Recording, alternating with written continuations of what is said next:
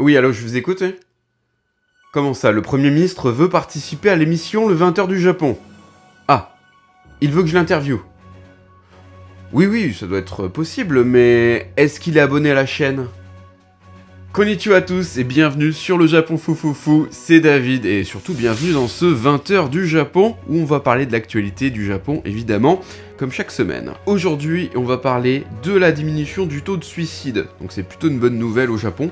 On fera également un point sur l'évolution de l'épidémie au Japon. Docomo va bientôt lancer la 5G sur le territoire. Et on finira par parler d'une ordonnance qui vient d'être votée et qui a pour but de limiter l'usage des jeux vidéo. Allez, on voit tout ça juste après, le générique.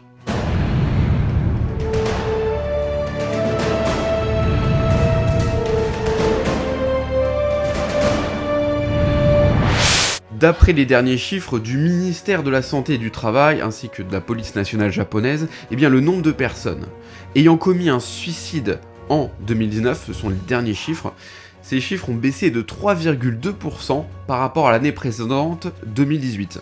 Les chiffres sont de 20 840 Japonais à s'être donné la mort en 2018, contre 20 169 en 2019. C'est le chiffre le plus bas depuis 1978. 1978, c'est l'année où ils ont commencé à comptabiliser rigoureusement le nombre de suicides au Japon.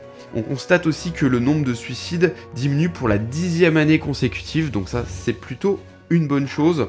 Alors pourquoi cette diminution? Eh bien tout simplement parce qu'il y a une prise de conscience, il y a eu une prise de conscience de la société japonaise et une meilleure prévention qui a permis de faire baisser progressivement ces chiffres, même si ça reste encore très élevé, on est d'accord. Pour terminer là-dessus, sur les 20 169 Japonais qui se sont donné la mort, il y avait 14 078 hommes et 6 091 femmes. Donc beaucoup plus d'hommes que de femmes qui se suicident au Japon.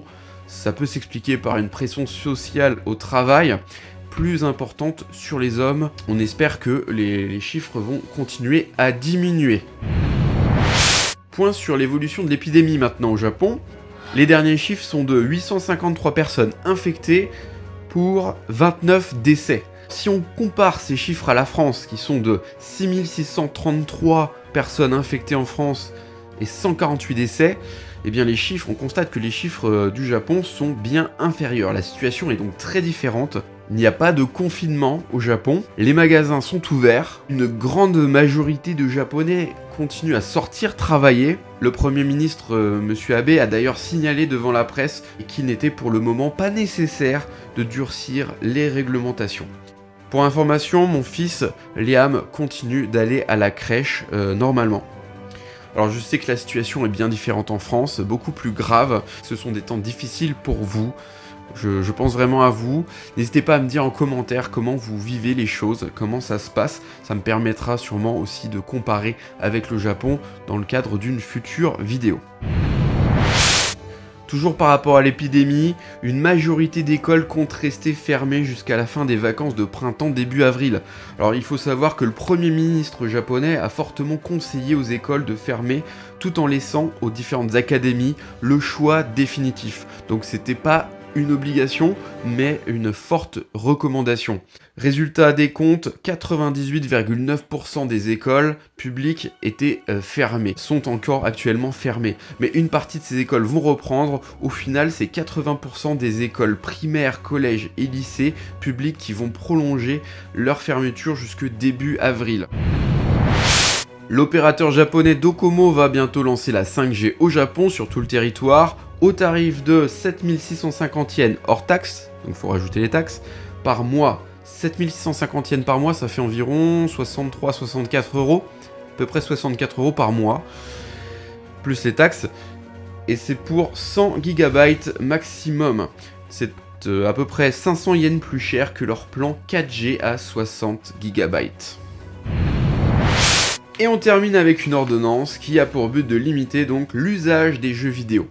Cette ordonnance appelant les familles, donc les parents, à limiter le temps passé par leurs enfants devant les écrans et les jeux vidéo a été votée dans la préfecture de Kagawa par l'assemblée locale ce mardi 18 mars. Alors l'ordonnance ne concerne que les moins de 18 ans et précise que la durée maximum par jour doit être de 60 minutes. 60 minutes par jour de jeux vidéo maximum. De plus, il est demandé aux enfants jusqu'au collège de ne pas rester avec leur smartphone après 21h. Pour les lycéens, c'est jusqu'à 22h. Pour le moment, dans cette ordonnance, il n'y a aucune amende ou sanction prévue en cas de non-respect par les familles. Est-ce que vous pensez que c'est une bonne chose ou une mauvaise chose? N'hésitez pas à me dire en commentaire, ça m'intéresse vraiment de savoir. Mais est-ce que ce ne serait pas plutôt aux parents tout simplement de décider pour leurs enfants? Une chose est sûre, ils vont avoir du mal à finir Final Fantasy VII Remake avec des sessions de 60 minutes seulement. Daien desu ne. Voilà pour cette semaine d'actualité au Japon. Évidemment, je ne peux pas parler de tout, j'ai fait une sélection. D'ailleurs, dites-moi en commentaire, quelle est la news qui vous a intéressé le plus? Quels sont les sujets qui vous intéressent le plus? Ça me permet après de sélectionner en fonction aussi de vos centres d'intérêt. Et bien maintenant, il vous reste à mettre des pouces vers le haut, à partager sur les réseaux sociaux, et comment ça? Il y en a certains d'entre vous qui ne sont pas encore abonnés? Mais qu'est-ce que vous attendez? Qu'il y ait une ordonnance qui soit votée pour que vous vous abonniez à la chaîne?